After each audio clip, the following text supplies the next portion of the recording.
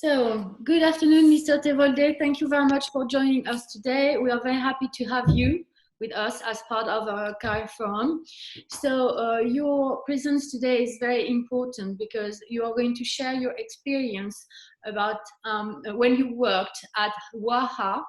WAHA stands for Women and Health Alliance International. So, it is an NGO, a French NGO based in France, but working in, I would say, developing countries, most of it, and especially Ethiopia, of course, because you come from Ethiopia. So I really wanted you to share with us your experience, because you did a lot to improve the health conditions of very underprivileged populations. So and especially women and children. So I really wanted you to share this experience with the children and how everyone can contribute to improve the situation all over the world. So I'm going to let you talk, and after that, once the students have questions, if you're okay, they will ask you a question. Okay? Yeah, sure, no problem. Thank you very much for having me also, and I'm more than happy to share what I have.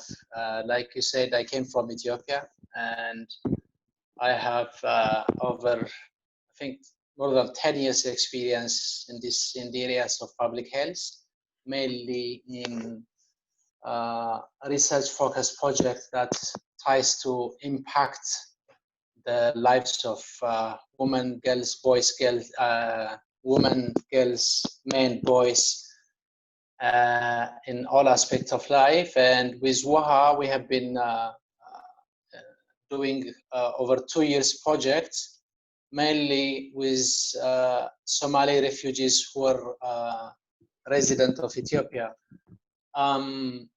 We have over 200,000 to 300,000 Somali refugees who live in a very, desperate situation. They left their country of origin because of the ongoing war that started around 1991, and they are living in this refugee setting with food and some basic shelters provided to them. So with prior to WAHA, I was engaged with research partners who are working with Harvard, MIT University, in a similar project where we try to research very conducive or sound projects that would be improving the lives of women in this situation, because violence against women, or in general speaking, gender-based violence, it's a global phenomenon. It's not only problem of women in Africa. It's everywhere. The women in European countries suffer the worst form of violence nowadays. I mean, I was looking at an article the other day where a certain NGO here in London received phone call during COVID-19, 700% more phone calls than the previous year. This shows you the level of domestic violence is at increase. So it's not only an issue of poor countries, Ethiopia or Africa, it's everywhere.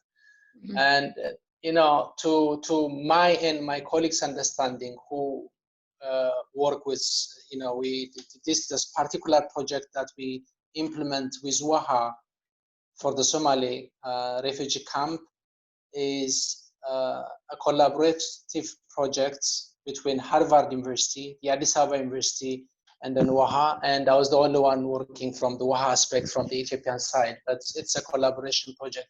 So our mutual understanding, informed by previous years of cumulative experience researching similar projects, we came up with the idea that we have to bring on board the active participant of these forms of violence, meaning men.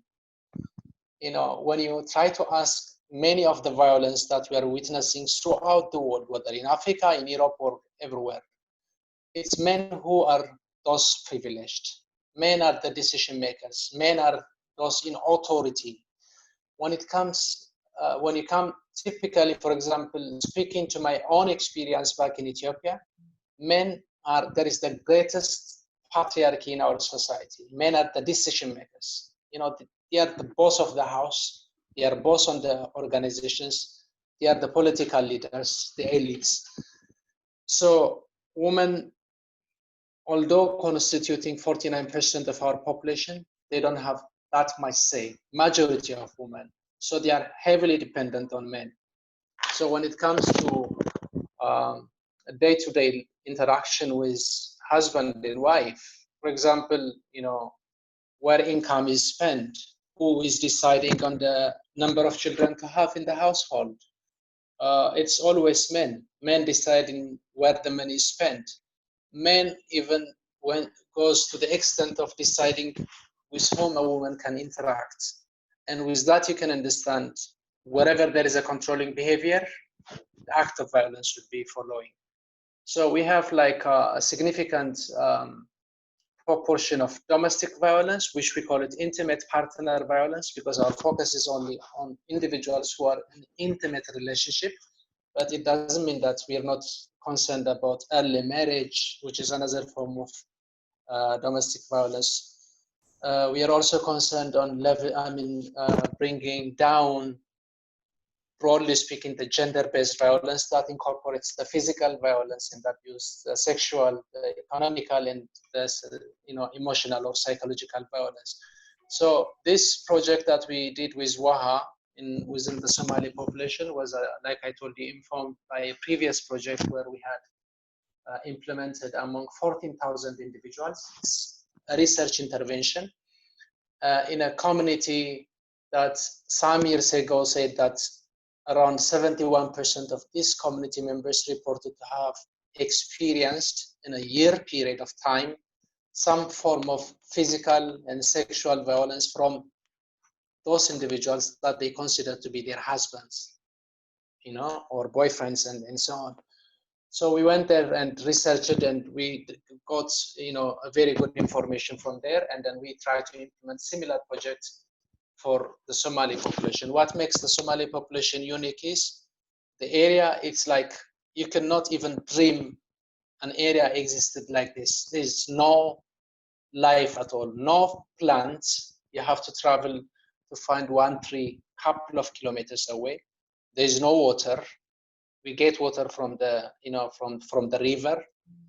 There are various NGOs or non-governmental organizations and UN agencies operating in this area. So it's totally an abandoned desert area where these refugees are living. So first, they are refugees, you know, and second, they are Muslim population. Our previous intervention was not directly did not directly relate to the Muslims. So we did this research, and so entirely what this research is all about is we try to bring men, women on board, develop a curriculum or a manual through the active involvement of those population, our target population, and try to make sure that this developed curriculum would be implemented by themselves, by the local population. We're not going to prescribe. So what we do is we go to the community, of course, develop various tools to help us guide, you know, our action. And we develop various questionnaires and collect data to identify or, you know, to identify the various gender-based violence or intimate partner violence ingredients or risk factors or protective factors. For example, people tend to believe that religion is one factor. And to our understanding, religion, there's no one religion that promotes violence. Rather, most religions, including Islam,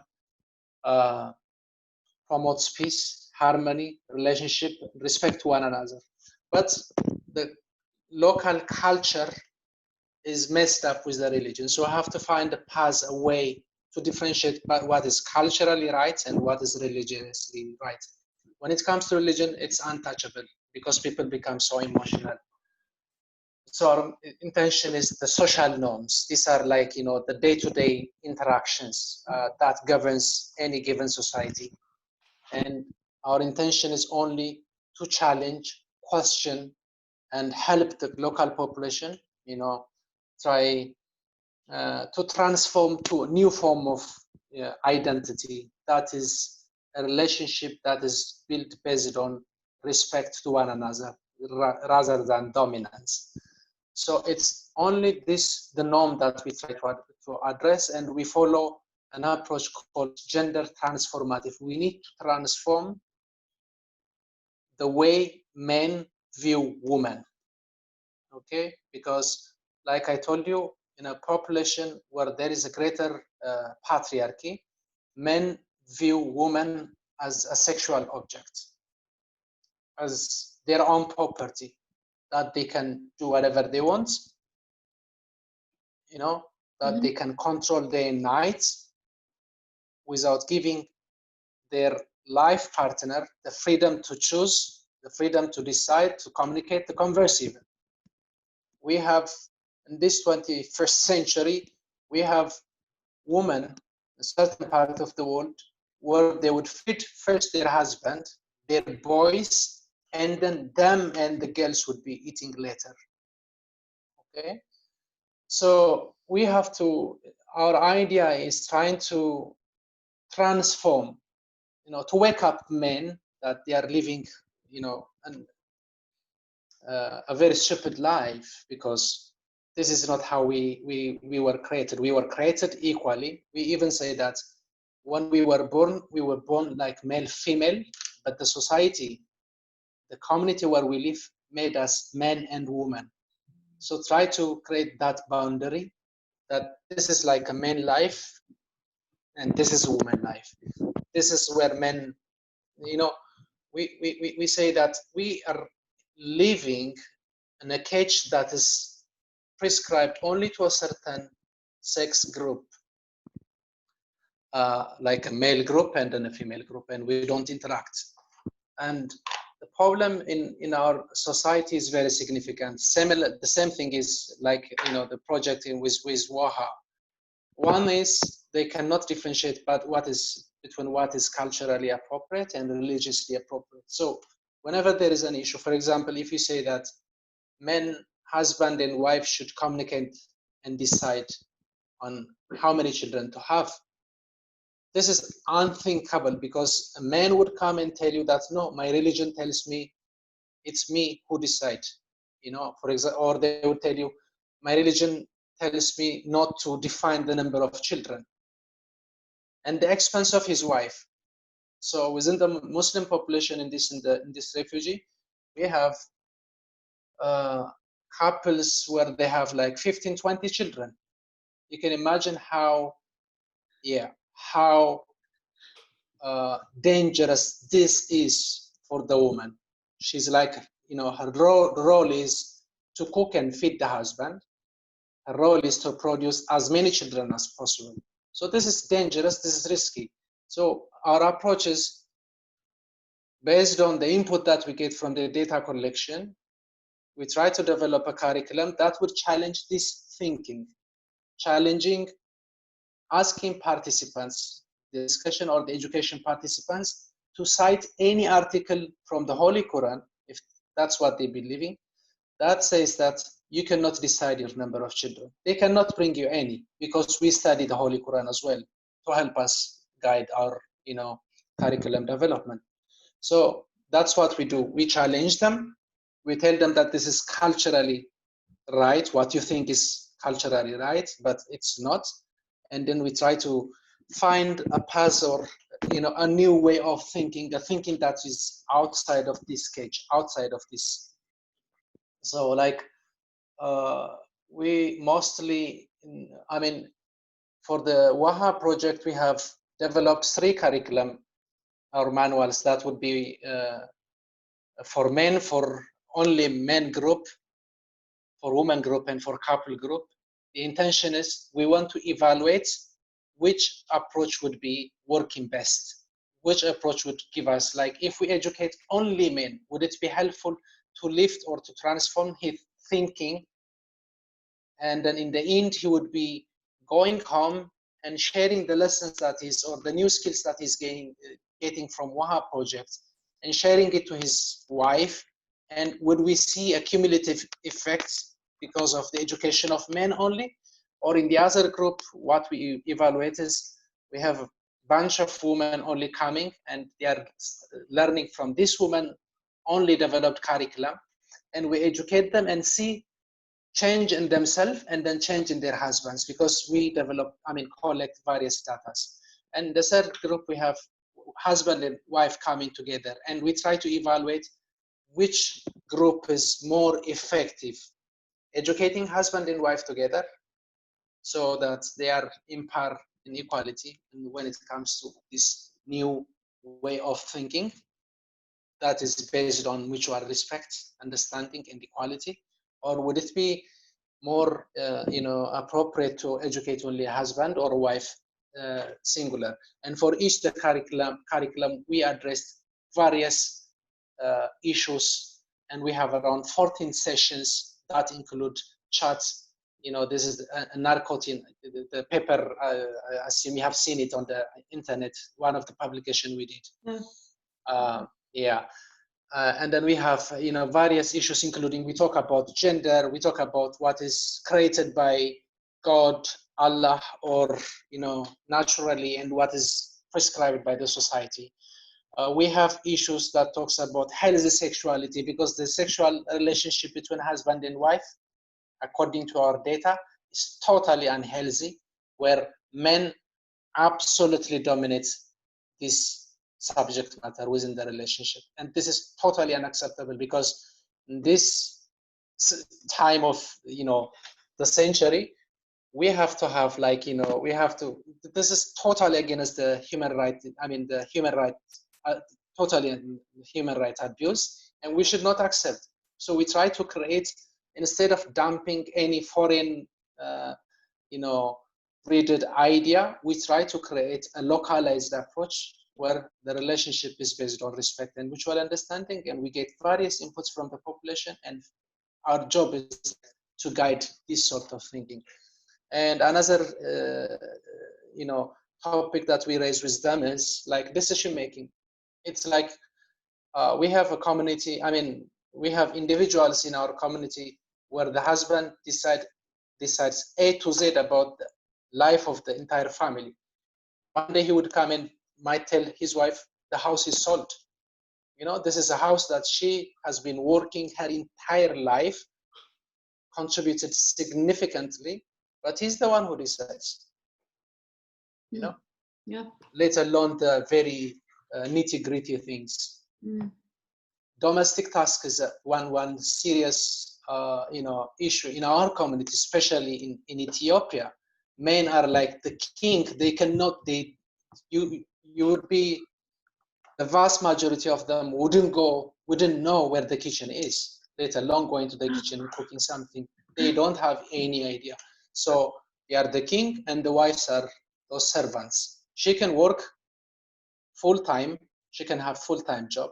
She may be raising children. She may have health-related complications. At the end of the day, she has to feed the master.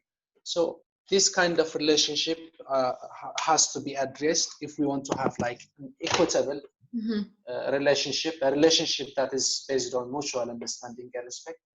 So that's what we do in WAHA, and we have already completed that project before my return here. And we are trying to evaluate what impact it has, and our target population is the various non-governmental organizations who are operating in Ethiopia, who would be doing business as usual, the old traditional way. But what we do is try to bring a scientifically proven new approach that will systematically address the root cause of inequality, the root cause of violence, the root cause of even crime, like what we see here in London, the knife crimes. You'll see at the end of the day, there's one mentality that dictates force to answer any issues, instead of calming down, instead of sitting down and then trying to communicate.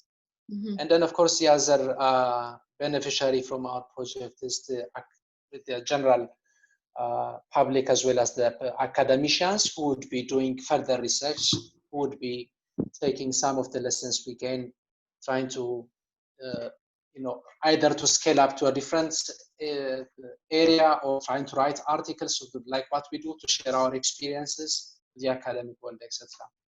Okay. Yeah. Okay. So I could speak for hours, but I would prefer to be asked questions yes, than, yes, I'm sure there will be plenty of questions because it is really so interesting. And actually, I would have the first question. So, Yes, please. have you always done this kind of job, or and how long have you been doing this? We're talking about the curriculums and the different programs implemented. How long have they been implemented, and do you see any improvements already? I mean. Yeah, sorry. Can you repeat the first 10 seconds of your question, because I Yes. don't hear you. So Line was like. So the first question was, have you always done this kind of job? First. Second question is, how long have you implemented this curriculum, and have you already seen major improvements in Ethiopia, for example, or everywhere in the world where you implemented this kind of program? Yeah. This is like my personal involvement in this kind of job, and gender transformative programming started like in 2008-9, and there were various projects that I was involved where we see so many promising results. I don't know. Fortunately, I have been, or unfortunately, I don't know which one to choose. I have been engaged in many research-focused intervention projects. For example, one of the intervention that we did before the WAHA project is in Ethiopia, in a place called Butajira. That project still is running. We started it in 2012-13. We have not yet completed. The actual field work and the intervention is completed. Our target population, it's research, but actual delivery focused research. So we deliver the service, like we educate the individuals. We have around 7,000 direct beneficiaries of the project. We educate these 7,000 in the three groups that I told you: men only, women only, and couple only group. And then we try to evaluate change in these individuals as well as change in their relationships. And we see change also within the community. One thing I didn't mention earlier is we follow, it's not a single-handed project that we do. We follow an approach called an ecological approach, where we try to put the direct beneficiaries in the middle, the individuals that we try to address.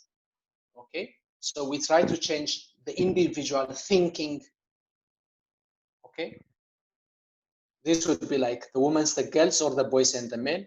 We try to we engage also the interpersonal, the husband and the wife. We have components within the community, the immediate community members, the neighbors, okay, or with those individuals with whom they go to the church. And then we have the societal level, which includes the advocacy part and the greater awareness creation. So in this, the Butajira project, this was the approach. So if you do only educate an individual, it won't help, because whatever you may tell me that gender equality is good, respecting your wife is good. At the end of the day, I would go outside and meet my male friend, and he will tell me, come on, are you becoming like a sissy? Who said that? Forget this. Your wife has to be like slapped twice in order to love you. So there is that individual out there who would be pulling me back to my old thinking or to old belief. So that's what we do. We try to engage different partners and promote also a healthier communication within the community members. It's not a dry, like, class looks like lecture. No, we don't lecture. It's an interactive, educatory, participatory conversation facilitated by highly trained facilitators. So it's like, you know, an informal communication, but used, delivered using the actual curriculum. In terms of your second question, change, yes, we have seen a significant reduction of violence. We are still, like I told you, the bigger project from the other prior to WAHA, we are still working on it. For example, in one group only, with the male group only, we saw 30% reduction in intimate partner violence. We have had, this is a significant reduction only from the male group. So it's not, you know, just to give life to this explanation, what we do is we educate men. We collect data before we educate them, so we know where they are standing. So we educate them. We waited 18 months, 1 year and 6 months. After 18 months, we go back and collect data, same data from this guy. Okay? And simultaneously, when we collect before education or after education, simultaneously, we collect also data from his husband, wife, who did not participate in any of our project, to see whether the change that what he's telling us resonates with the change with his wife. The new skills that he's getting from us, for example, negotiating or communication in the household, helping your wife in a small, you know, domestic tasks. He might tell us that, yes, I'm participating, but at the end of the day, we go to the wife in a different location simultaneously, so that they don't share information with one another, and ask the same question and then try to evaluate whether that change is true or not. You know, this is like one controlling measure we do. So we do have like a reduction in terms of sexual violence, 30%, which is greater. Yes. We are evaluating around 27% reduction in physical violence. This the punching, the kicking, you know, etc. And a significant reduction in psychological violence, the various traumas that women were experiencing. So there are, you know, those promising results. And our job is not solely Ethiopian origin. This project has been, you know, implemented. It started in Brazil, India, by an organization called Mundo.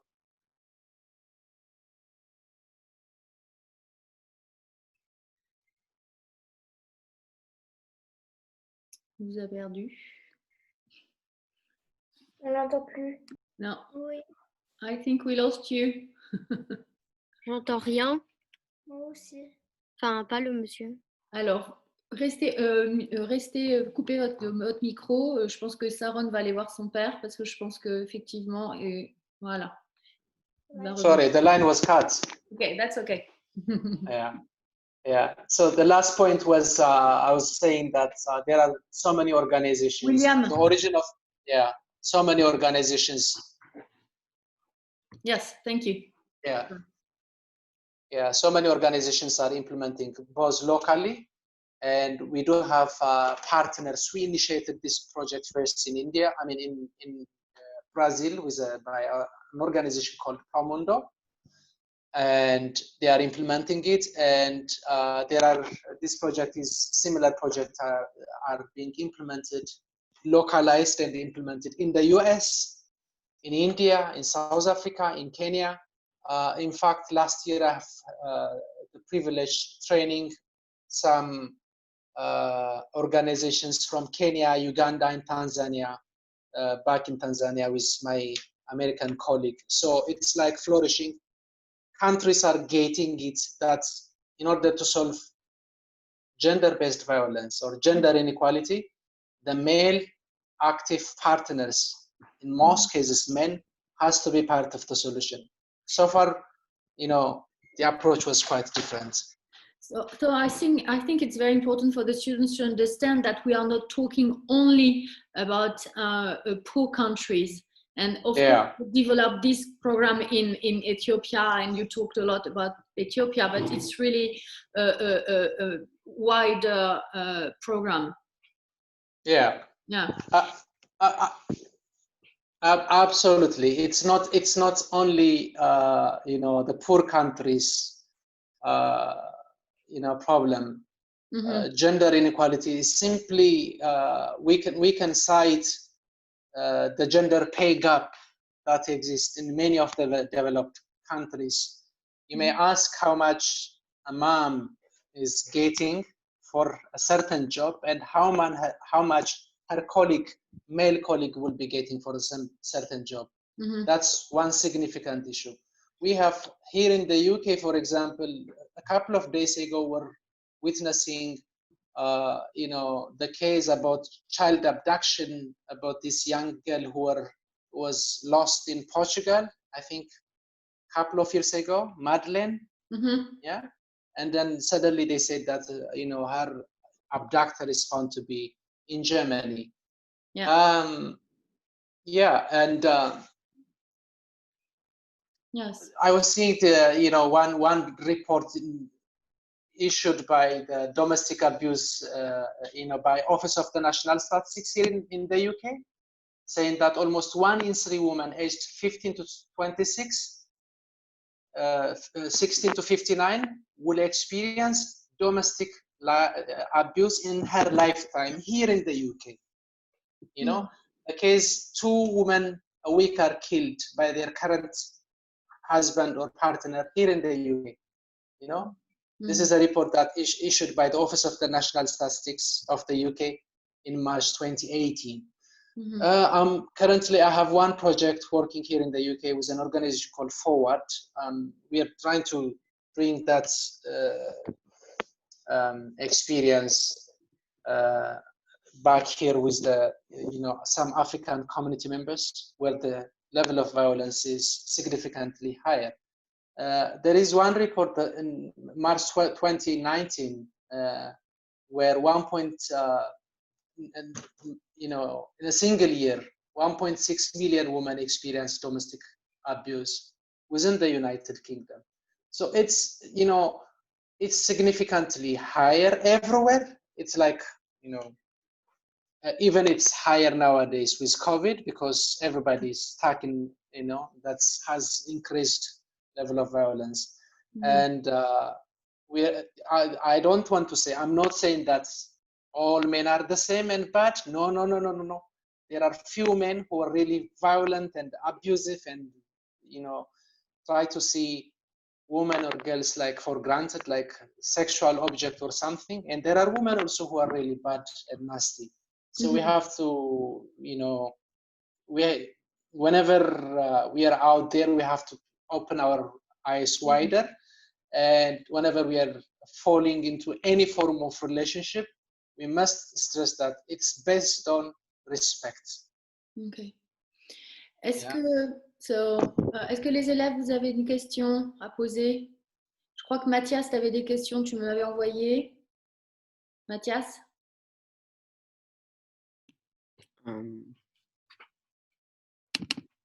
Les questions que tu m'as envoyées. Why did you choose to do that? Yeah, good question. Why did I choose that? I don't know. It's just by accident. I mean, at the very beginning, even it did not relate to my educational background, where I have a diploma in business administration. And I spent around 4 years to get my first degree in management. And I ended up doing a master's degree in development, policy and governance. But, I know why I chose to do this job once I was inside this domain. Once I was, at the very beginning, I started working with a non-governmental organization and was tasked to do child development projects. Child development meaning trying to find a systematic way or approach to ensure that children within a certain age group would be fulfilling their potential. So we are doing the same old traditional project, and then one day I got a training from an organization called In Gender Health, and I'm a US-based organization. and they were looking for a project coordinator. Once I did see that training, I started reading, and then of course decided to do my master's, and found out to be there's nothing more important to do if you're working in this domain of life, to do something humanity that is based on respect, equality, you know. It's like, you know, something I really cherish and love very much nowadays. Because who wouldn't want to speak about equality, live an equitable life? Who wouldn't want to live like a life that is built based on relationship, whether at home or outside with your colleagues and even at the school? All of us, yes? Yeah. So it was unknown first, but once I did go deep down, I started to love it and cherish it. Okay, thank you. Alice, est-ce que tu as une question? Alice? Yeah, I have a question. So what can people do, like regular people, like children or adults or even teenagers, what can they do to impact this?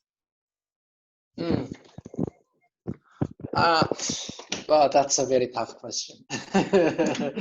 Well, you know, one thing is to recognize,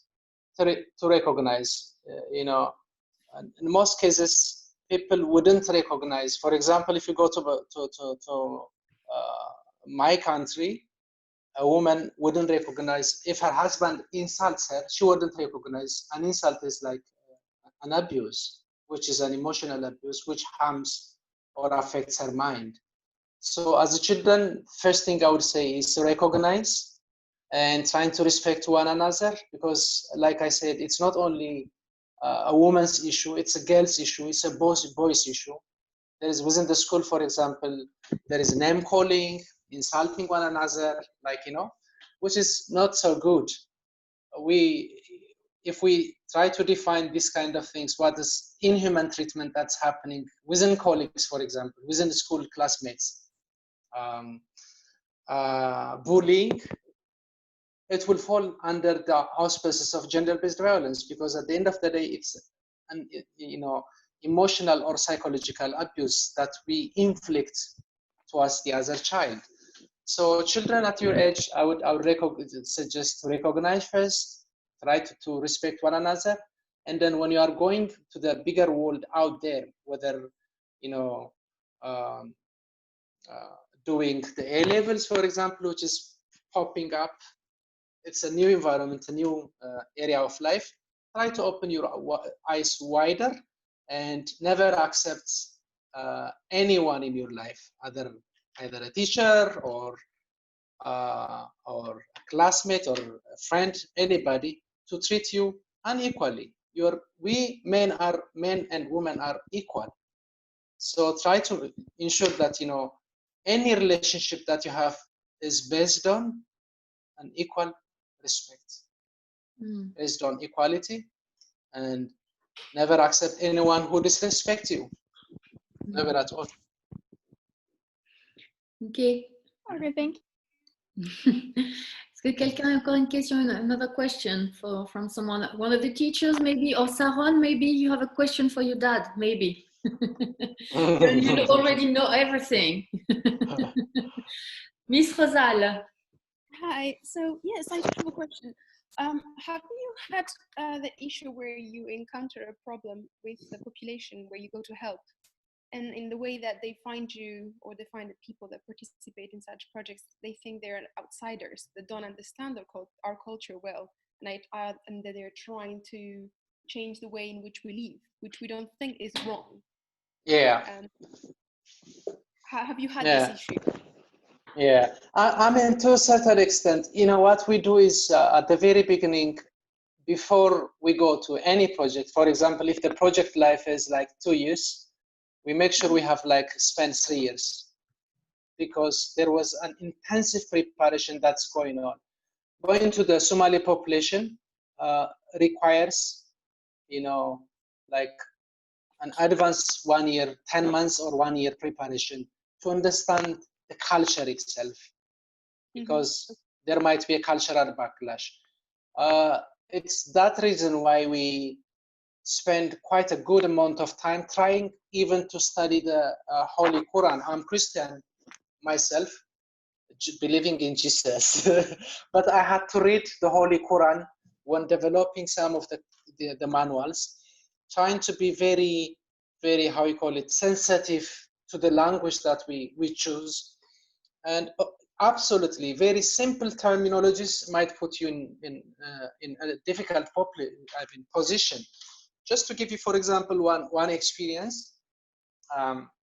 when we have the Somali project, I had a first meeting with community leaders of that population, like the clergies, the spiritual leaders, like the imams, the big giant guys.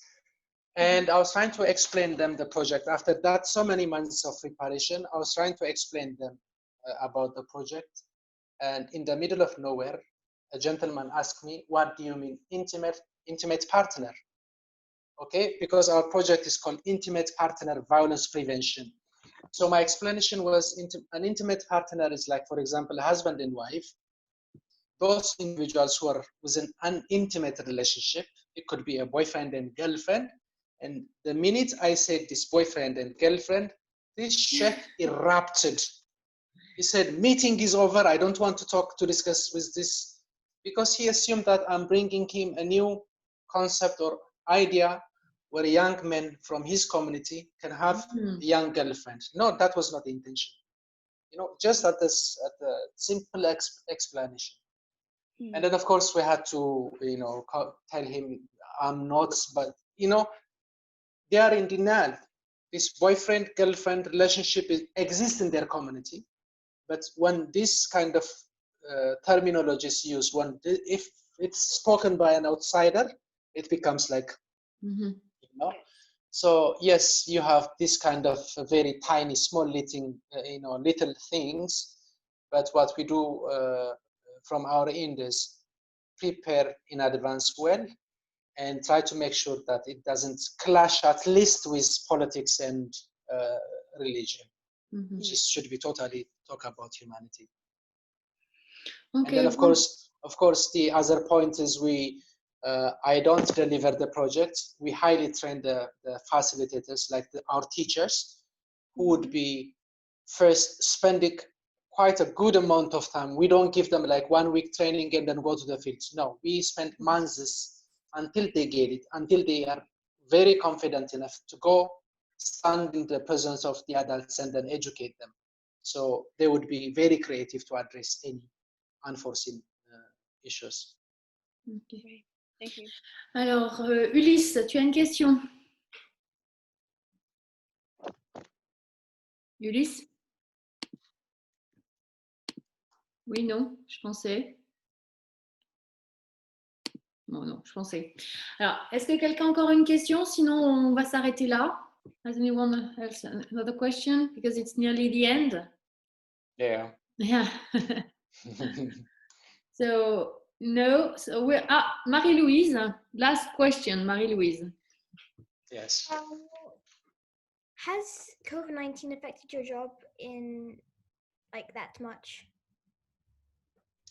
Not particularly my job, because my job mainly I do it from at home, you know, from distance. I'm like a freelance consultant now. But it affected the biggest subject issues that I was telling you earlier, like, you know, the level of violence is really significantly increasing. I mean, I had like a similar webinar over the weekend with some colleagues back in Ethiopia who were doing, you know, some research, and like child marriage is very high in our community, and a certain, you know, children at the age of 12, 13 are getting married. Early marriage, you know, this kind of child abuses are at increase. Domestic violence, like similar thing, we see it here, it's increasing. So COVID-19 didn't really actually affect my job, but it's really affecting how people are interacting one another. And it has increased the suffering of, you know, many people, including girls and women throughout the world. Mhm. Thank you.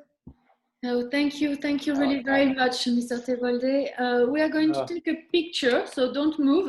Don't move. Oh, sure. Yeah, Sure. yeah.